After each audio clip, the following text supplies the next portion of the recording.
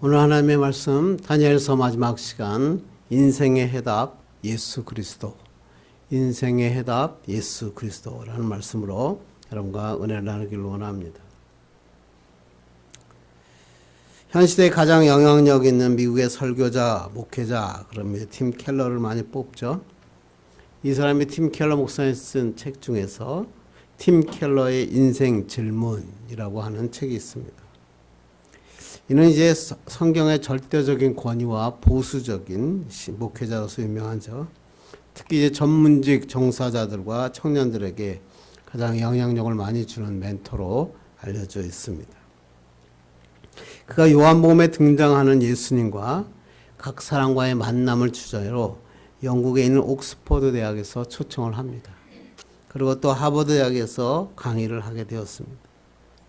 그 자리에 참석한 이들은 이 시대 최고의 지성인들이었고 누구나 다 이성적이었고 대부분 회의론자였습니다. 삶에 대한 의문이 가득했고 그 답을 찾기 위해 돌다 마지막으로 이 자리에 참석한 것입니다. 그들은 누구보다 이성적이었고 종교에 대한 회의를 가지고 있었고 마음의 공허를 채우고 싶어 했습니다. 특히 삶의 의미를 찾고 싶었던 그들이었습니다. 그래서 이들과 그 본질적인 자기 문제와 예수님께서 주시는 해답이 무엇인가 함께 성경을 찾아보면서 예수님의 삶과 죽음 그리고 예수님의 사역에 대해서 답을 얻습니다. 그리고 많은 변화를 경험합니다. 팀 켈러는 이것을 보면서 너무너무 마음이 기뻤습니다. 그래서 자기가 그때 강의할 때 토론하며 서로 했던 것들을 다 설명할 수 없었던 것들을 부족했던 것들을 모아서 그 질문과 답을 책으로 만들어낸 것이 바로 팀 켈러의 인생 질문이라고 하는 책입니다. 이 책에 10가지 정도의 질문이 있는데 그 중에서 보면 이렇습니다. 기득층과 소외층이 있는 현 세상 뭔가 잘못된 것 아닙니까?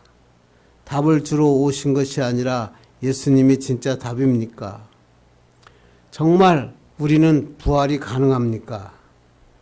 요즘 세상에 사탄의 존재는 너무 터무니없지 않습니까? 교양이 있고 괜찮은 나에게 정말 굳이 예언자, 대언자가 필요합니까? 그렇다면 왜 신은 죽었어야 합니까? 승천하지 마시고 우리 곁에 계시면 안 됩니까? 라고 하는 한 10가지 정도의 질문을 적어놓고 그 질문에 대한 성경의 답을 찾아 나가는 것입니다. 그는 이 책에서 이렇게 말합니다. 예수 그리스도를 만난 후에도 예수 그리스도인들 가운데도 인생에는 많은 문제들이 있고 우리가 알고 있는 해답은 현실 세계에는 통하지 않는 것 같이 느껴질 때가 있다는 것입니다. 자신도 그렇게 살았는데 정말 예수님을 만나고 나니까 모든 게 달라지기 시작했다는 것입니다. 왜냐하면 예수 그리스도는 우리에게 해답을 주실 뿐만 아니라 예수 그리스도 자신이 해답이시기 때문이라 이렇게 고백합니다. 그래서 이 책의 결론은 참 멋있습니다. 예수 그리스도는 답을 주러 오신 분일 뿐만 아니라 그분이 바로 인생의 해답이다. 그래서 오늘 말씀을 인생의 해답 예수 그리스도라고 설교 제목을 정한 것입니다. 우리 인생에도 많은 질문이 있죠.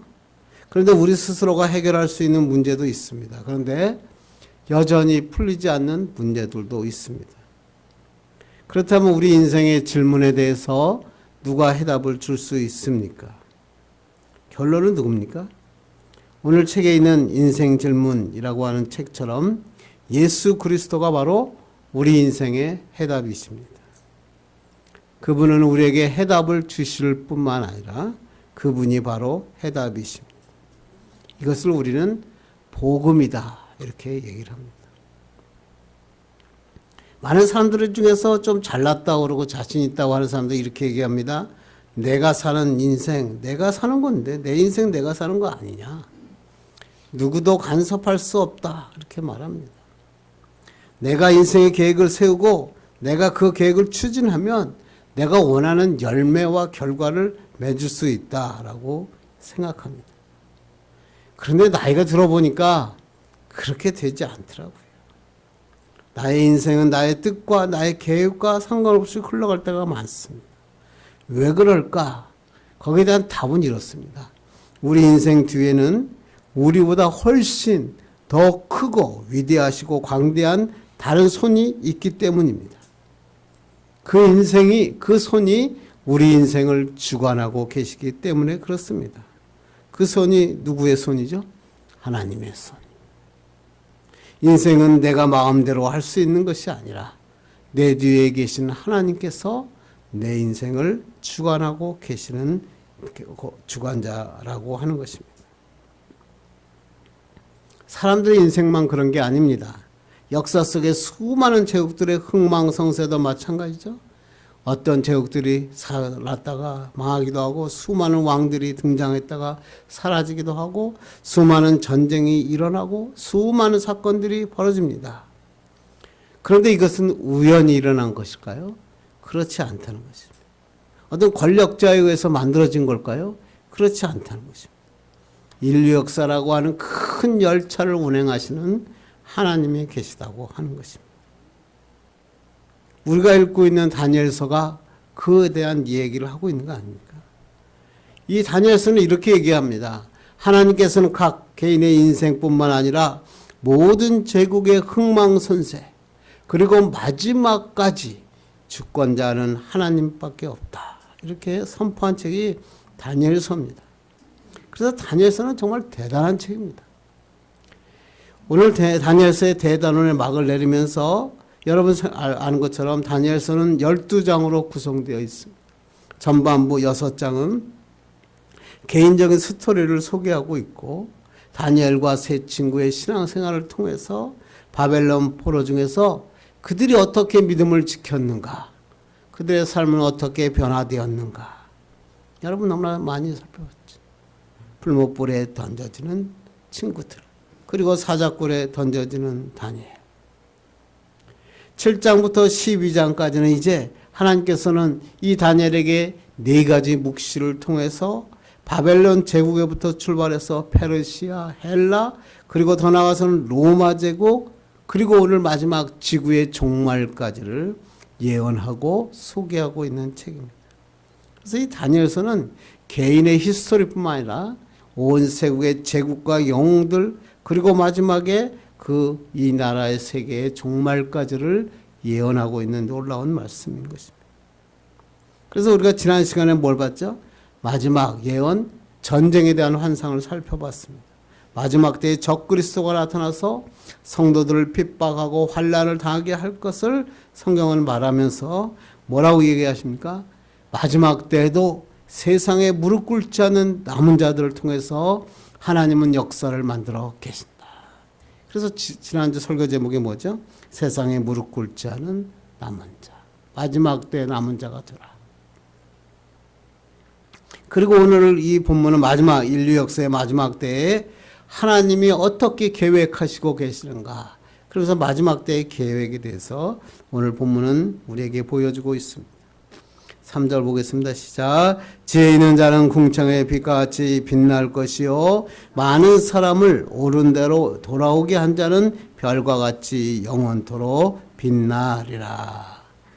지혜 있는 자는 어떤 자를 말할까요? 종말할 때에 환난 가운데서도 신앙을 버리지 않는 자. 지난주에 말씀 나눈 것으로 보면 마지막 때에 남은 자들. 하나님께서 마지막 때의 환난과 고통 가운데서도 믿음을 지킨 자들을 어떻게 하시겠다고요? 궁창의 빛과 같이 빛나게 하시겠다. 하나님의 축복의 말씀, 축복의 메시지를 전하는 거죠.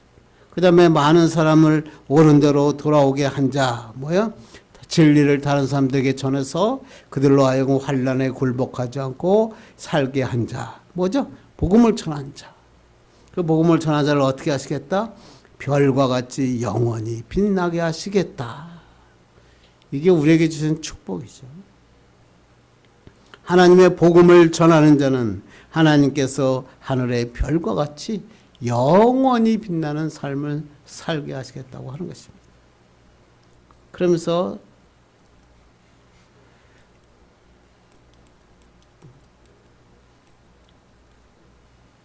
4절 한번 보겠습니다. 시작. 다니엘아, 마지막 때까지 이 말을 간수하고 이 글을 봉함하라. 많은 사람이 빨리 왕래하며 지식이 더하리라. 하나님께서 이렇게 말씀하신 다음에 다니엘에게 지금까지 이 묵시를 통해서 주신 말씀들을 잘 봉함하라 그랬어요. 봉함하라는 언어를 찾아보면 사탐이라는 단어인데 감추어 아무도 보이지 않게 하라 그런 뜻이 아니라 잘 보관해서 이 예언이 성취되는 것을 지켜보라.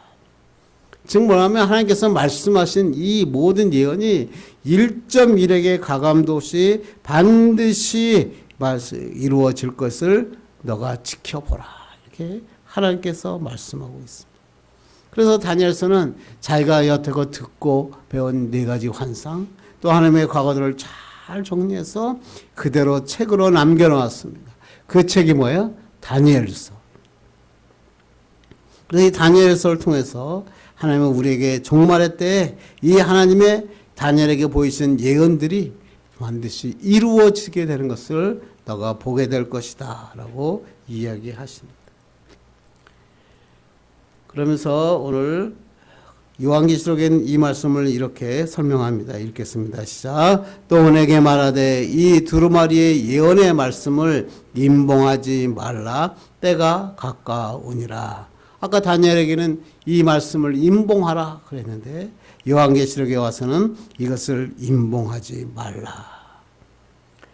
다니엘에게 하신 이 하나님의 놀라운 말씀들이 반드시 모든 사람이 알려져서 이것이 그대로 이루어지는 것을 알게 되리라. 이게 바로 하나님의 계획이시다. 그래서 우리는 이 하나님의 말씀이 우리에게 전파됐고 이 말씀을 가지고 우리는 붙잡고 살아가는 것입니다. 그러면서 여러분이 너무나 잘 아는 6절과 7절 보겠습니다. 시작. 그 중에 하나가 세마포 옷을 입은 자 곧 강물 위쪽에 있는 자에게 이르되 이 놀라운 일의 끝이 어느 때까지니까 하더라. 반드시 한때 두때 반때를 지나서 성도의 권세가 다 깨지기까지이니 그렇게 되면 이 모든 일이 다 끝나리라 하더라. 다니엘이 휘떼개를 강가에서 2 천사가 있었어요. 2 천사가 있었는데 그 한 천사가 세마포 옷을 입은 자에게 묻고 있는 것입니다. 우리가 지난 시간에 살펴본 것처럼 세마포 입은 자는 누구였죠? 예수 그리스도였습니다. 그에게 이렇게 천사가 묻습니다. 이 놀라운 일의 끝이 어느 때까지입니까? 그때 이 세마포 옷을 입은 자 예수 그리스도가 이렇게 말씀하십니다.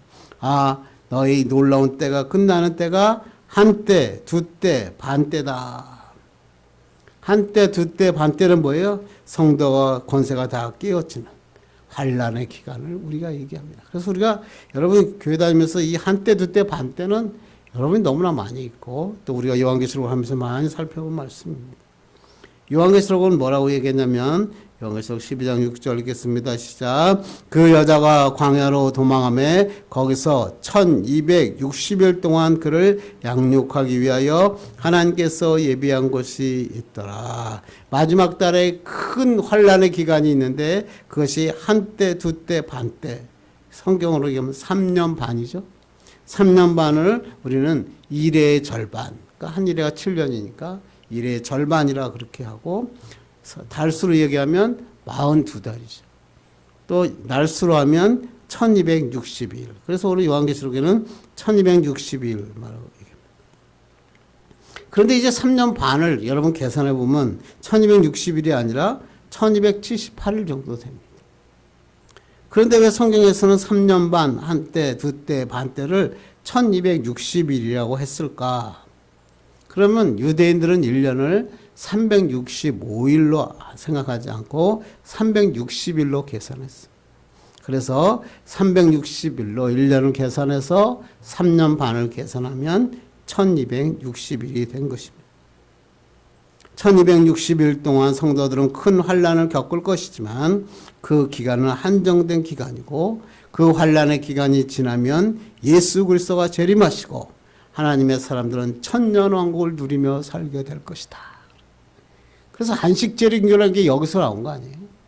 그래서 안식일 재림교가 그 로마 교황청에서부터 1260일 해서 1300년도를 지난 다음을 예수님이 재림하실 것이다. 그래가지고 너무 난리를 했는데 예수님이 그 해에 오시지 않은 거예요. 그래가지고 지금은 뭐 예수님께서 예수님이 오시려고 그랬는데 지금도 그것을 지켜보고 계신다. 뭐 이런 얘기를 하고 있죠. 그래서 안식교가 이단이다. 이런 얘기를 하는 겁니다. 13절을 보겠습니다. 시작. 너는 가서 마지막을 기다리라. 이는 내가 평안히 쉬다가 끝날에는 내 몫을 누릴 것입니다. 이 요한계시록 마지막 말씀 아니에요? 고난과 역경 속에서도 하나님을 어떻게 끝까지 경외하며 충성을 다하는 성도에게 뭘 해주겠다고요? 하나님께서 내가 평안히 쉬게 하고 내 몫을 누리게 하시겠다. 천국의 영생을 받게 되고 축복의 삶을 살게 될 것이다. 이 놀라운 말씀이 이 다니엘서의 마지막이에요. 다니엘은 오늘 말씀을 마지막으로 역사의 무대에서 사라집니다. 그런데 다니엘이 남긴 이 묵시는 역사를 통해서 그대로 실현되고 있고 여러분이 우리가 살펴본 것처럼 그 많은 제국들의 영웅들의 이야기를 이 다니엘서는 미리 다 예언하고 있었던 것입니다. 그리고 지금도 그 마지막 때 예언이 계속되고 있다고 하는 것입니다. 그래서 우리는 어떻게 해야 됩니까? 마지막 때를 살아가는 우리는 성도로서 이 다니엘에게 주시는 하나님의 계획을 잘 살펴보고 하나님의 역사하심에 귀를 기울이며 살아야 됩니다. 그리고 우리의 인생의 여러 가지 문제를 만날 때마다 내 인생의 해답을 주시는 분은 하나님, 예수 그리스도시다. 그걸 깨닫고 그 예수 그리스도의 해답을 붙잡고 끝까지 승리하는 자가 되라. 마지막까지 기다린 자가 되라. 하나님께서 안식과 상급의 축복을 주시겠다. 이렇게 오늘도 다니엘서는 우리에게 말씀하고 있다고 하는 것입니다. 그렇다면 오늘 이 말씀을 보면서 생각할 것은 뭐냐면 그렇다면 우리가 예수 그리스도께 우리 인생의 해답을 어떻게 하면 얻을 수 있습니까? 그리고 그 예수님께서 주시는 해답을 가지고 우리는 어떻게 살아야 합니까? 그게 오늘 본문이겠죠. 그래서 오늘 본문을 통해서 하나님께서 우리에게 주시는 인생의 해답을 어떻게 하면 얻을 수 있고 그 인생의 해답을 가지고 어떻게 살 수 있는가 살펴보고 은혜 받기를 간절히 바랍니다. 첫째는 뭐냐면 인생의 해답자에게 물어야 한다. 우리 인생에는 많은 문제들이 있죠. 그런데 그 문제 가운데는 우리 힘으로 해결할 문제도 있지만 불가능한 문제들이 많이 있습니다. 그때 우리가 해야 될 일은 뭐라고요? 우리의 인생의 해답이신 예수 그리스도께 찾아와 물어야 된다. 그렇게 되면 문제에 대한 해답을 얻을 수 있고 문제를 해결할 수 있다. 오늘 본문은 그렇게 얘기하는 것입니다. 6절 읽겠습니다. 시작. 그 중에 하나가 세마포 옷을 입은 자 곧 강물 위쪽에 있는 자에게 이르되 이 놀라운 일의 끝이 어느 때까지니까 하더라. 오늘 천사가 세마포 옷을 입은 자에게 질문을 합니다. 그 질문이 뭐예요? 이 놀라운 일의 끝이 어느 때까지입니까? 세마포 옷을 입은 자, 강물 위쪽에 섰는 자, 우리가 누구라고 했죠? 예수 그리스도였습니다. 천사들은 자기에게 문제가 생겼을 때, 의문이 생겼을 때 자기의 그 문제를 물어볼 사람이 누구인지 알았습니다. 자기에게 의문이 생기고 질문이 생겼을 때 그 질문은 예수님께 물어야 된다는 것을 천사들은 알고 있었다는 것입니다. 다시 말하면 천사들에게 질문하실 수 있는 분은 예수 그리스도였다라고 얘기합니다. 그래서 이 요한계시록은 이 말씀을 이렇게 얘기합니다. 요한계시록 5장 4절 5절 읽겠습니다. 시작. 그 두루마리를 펴거나 보거나 하기에 합당한 자가 보이지 아니하기로 내가 크게 울었더니 장로 중에 한 사람이 내게 말하되 울지 말라. 유대 지파의 사자 다윗의 뿌리가 이겼으니 그 두루마리와 그 일곱인을 떼시리라. 저는 이 말씀이 참 요한계시록 할 때 좋더라고요. 사도 요한이 지금 뭐예요? 7인으로 봉한 두루마리의 인을 뗄 사람이 없어서 슬피 울었습니다. 그때 천사가 이야기를 뭐라고 이야기해요? 유대 지파의 사자 다윗의 뿌리가 그 두루마리와 그 일곱인을 떼실 것이다. 그 일곱인에는 하나님의 계획과 해답이 들어있었잖아요. 그 해답을 누가? 예수 그리스도가 떼어 주실 것이다. 그렇습니다. 예수 그리스도는 우리 인생의 해답자 되십니다. 하나님의 이름으로 이 땅에 오셔서 구원의 길을 활짝 열어놓고 우리를 기다리고 계시는 분이 예수님입니다. 그러니까 우리의 인생에 문제가 생기면 어떻게 해야 된다고요? 예수 그리스도께 우리의 문제를 아뢰야 되는 것입니다. 주의 이름을 부르는 것입니다. 그러면 주님께서 우리를 구원해 주실 뿐만 아니라 질병에서 고침을 받게 하십니다. 필요한 것들을 공급받게 하십니다. 어려움을 극복하게 하십니다. 승리의 삶을 살게 하시는 분이 예수 그리스도이십니다. 그래서 인생에서 가장 중요한 사건은 예수님을 만나는 것입니다. 예수님을 만나야 우리 인생의 모든 문제가 해결되고 내 인생의 모든 키를 가지고 계시는 분은 예수님밖에 없습니다. 그래서 성경에서 뭐라 그래요? 예수 그리스도가 길이요 진리요 생명이다 그러죠. 예수님을 만나지 않으면 길을 걸어갈 수 없어요. 바른 길을 걸어갈 수 없다는 거죠. 그분만이 진짜 축복의 길이고 우리 인생을 도우시는 분이다. 여러분 이 예수 그리스도를 만나서 하나님 앞에 나와 기도함으로 예수님께 아뢰는 여러분 되기를 주님의 이름으로 축원합니다. 어떤 사람이 참 예화가 있어서 너무 마음에 많이 와닿더라고요. 어느 날 환자가 모든 검사를 마치고 의사를 만났습니다. 그런데 그 의사가 이렇게 말합니다. 환자님, 당뇨병이 있습니다. 그런데 좋은 소식도 전해드릴게요. 요즘은 약이 참 좋아져서 인슐린을 복용하면 정상적으로 살 수 있습니다. 걱정하지 마십시오. 이렇게 의사가 얘기합니다. 그런데 이 환자가 이렇게 얘기합니다. 아니 선생님, 저는 인슐린은 싫은데 타이레놀을 복용하면 안 됩니까? 너그럽게 봐주십시오. 그랬더니 의사가 이렇게 합니다. 아니 당뇨병을 치료하려면 인슐린을 먹어야 됩니다. 타이레놀 갖고는 안 됩니다. 그러면서 왜 인슐린을 먹어야 되는지에 대해서 자세하게 설명했습니다. 그랬더니 환자가 화를 냅니다. 그러면서 그 의사에게 따지듯이 설명합니다. 선생님, 의사 선생님, 선생님은 정말 편협하고 고집스러우신 분이군요. 시야를 좀 넓게 가져보세요. 인슐린만 약입니까? 타이레놀도 약입니다. 무슨 얘기일까요? 오늘 의사가 인슐린을 먹으라고 한 이유가 뭐죠? 의사가 편협하고 완고한 마음을 가져서 그렇습니까? 그게 아니라 당뇨병을 치료하기 위해서는 인슐린을 먹어야 됐기 때문에 그렇습니다. 그런데 이 환자는 어리석게 나는 타이레놀을 먹겠습니다. 참 어리석은 사람이죠. 그런데 이 이야기는 어리석은 사람이라고 생각하는데 우리 주변에는 이와 같은 사람이 너무너무 많이 있다는 거예요.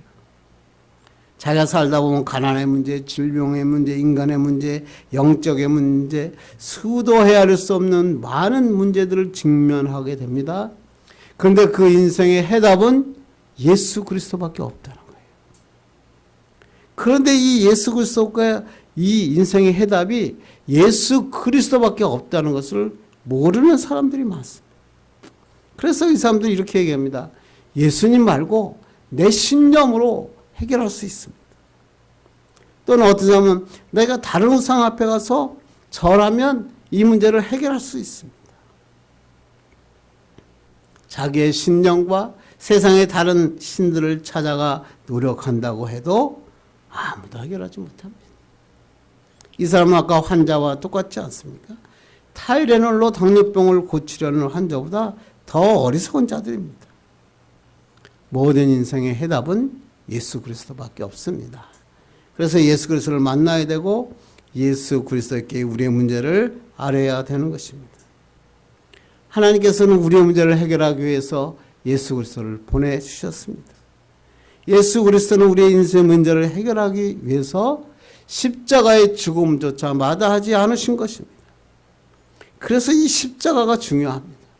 우리를 향한 하나님의 사랑의 증거이기 때문에 그렇습니다. 그리고 성경은 우리에게 그리스도 외에는 길이 없다. 답이 없다. 예수님 외에는 아버지께로 갈 길이 없고 우리의 영원한 본향인 천국으로 가는 문이 없다라고 이야기하는 것입니다. 여러분 가운데 인생에 여러 가지 문제를 가지고 계십니까? 그것을 우리의 힘으로 해결하려고 해도 힘드십니까? 어떻게 하라고요? 예수님께 가지고 나온 것입니다. 예수 믿는 자는 기도하는 사람을 말합니다. 기도하셔야 됩니다. 시간을 정하고 기도하고 긴급하게 간절히 기도하고 매일 기도하셔야 합니다. 매일매일 하나님 앞에 기도하는 자에게 하나님께서 놀라운 해답을 주시고 그 모든 길들을 인도하여 주십니다. 이러한 놀라운 축복의 사람 되기를 주님의 이름으로 축원합니다. 두 번째 하나님께서 말씀하시는 것은 끝까지 믿음의 길을 가라. 끝까지. 우리가 인생의 문제에 해답을 얻기 위해서는 예수님께 만약에 해답을 물었다면 이제는 어떻게 될까요? 이 문제를 주님께서는 해결해 주셨어. 반드시 응답하신다라는 것을 믿고 끝까지 믿음의 길을 가라는 것입니다. 그래서 오늘 9절에 이렇게 얘기합니다. 시작. 그가 이르되 다니엘아 갈지어다. 이 말은 마지막 때까지 간수하고 봉함할 것임이니라. 다니엘에게 갈지어다. 마지막 때까지 간수하고 봉함하라. 갈지어다 이 말은 뭐냐면 다니엘을 책망하는 말이 아니죠. 앞으로 내 미래에 대한 이 하나님의 놀라운 메시지 말씀을 듣고 믿음의 길을 끝까지 걸어가라.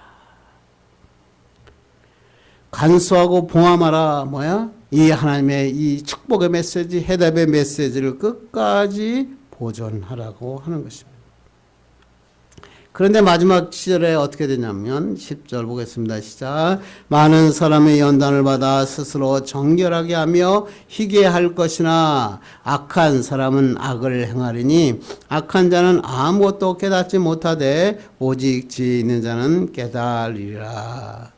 마지막 때의 환란의 기간에 한때 두때 반때 기간에 되면 믿음의 사람들은 연단을 받아가지고 어떻게 되고요? 스스로 정결하게 되며 희게 된다. 그러니까 믿음의 사람은 어려움이 오면 올수록 더 단단해지고 정결해지고 하나님의 놀라운 일을 감당하게 된다는 것입니다. 불순물이 서해 있는 용광로에 들어가면 불순물들이 다 걷어내고 정금같이 되어 나오는 것처럼 믿음의 사람들은 환란이 오면 올수록 정결화되고 희게 되고 하나님의 역사를 경험하고 하나님께 영광을 돌리는 삶을 살게 된다.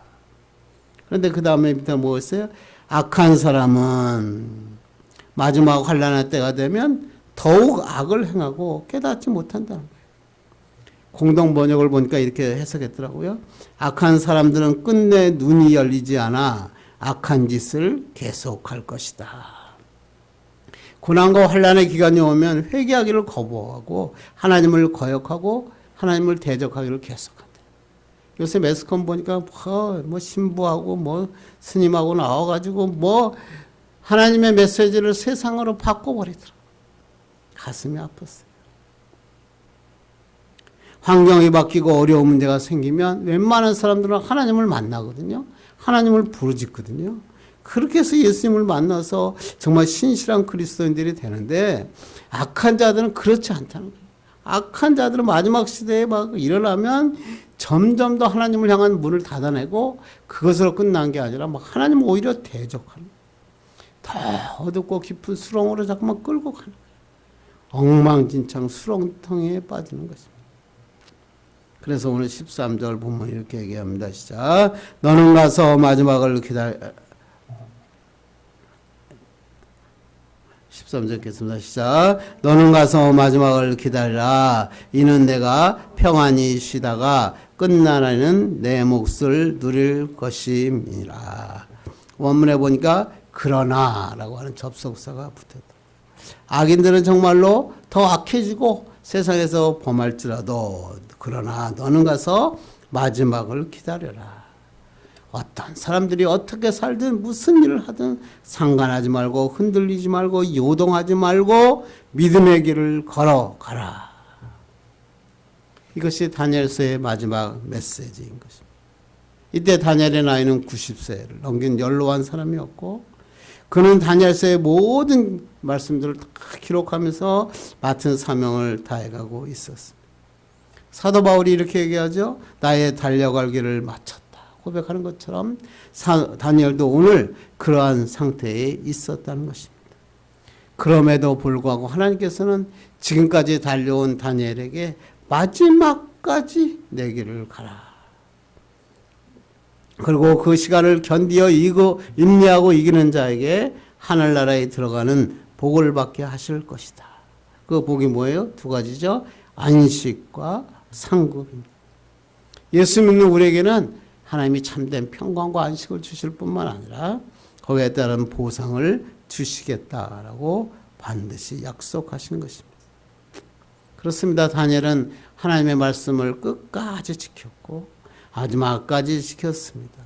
그리고 그 하나님의 놀라운 축복과 역사를 이루게 된다고 하면서 다니엘서를 마치고 있습니다.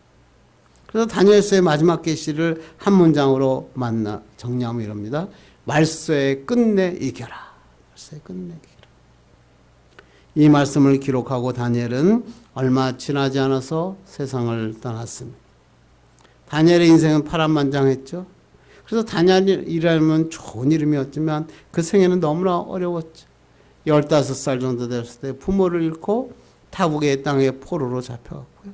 아무도 아는 사람 없는 그곳에서 정말로 불이익도 당하고 사자굴에 던져지기도 합니다. 이 경험에서 무려 70년 동안을 정말 힘든 시간들을 봅니다. 이때 성경을 쳐다보면 왕이 4번 바뀌었고요. 제국이 2번 바뀌었습니다. 얼마나 힘든 시간을 70년 동안 살았겠습니까? 그렇게 다니엘의 인생은 뭐 이렇게 화려하지 않았습니다. 파란만장했습니다. 그러나 그 다니엘의 가장 중요한 건 뭐예요? 마지막까지 믿음의 길을 걸어갔다.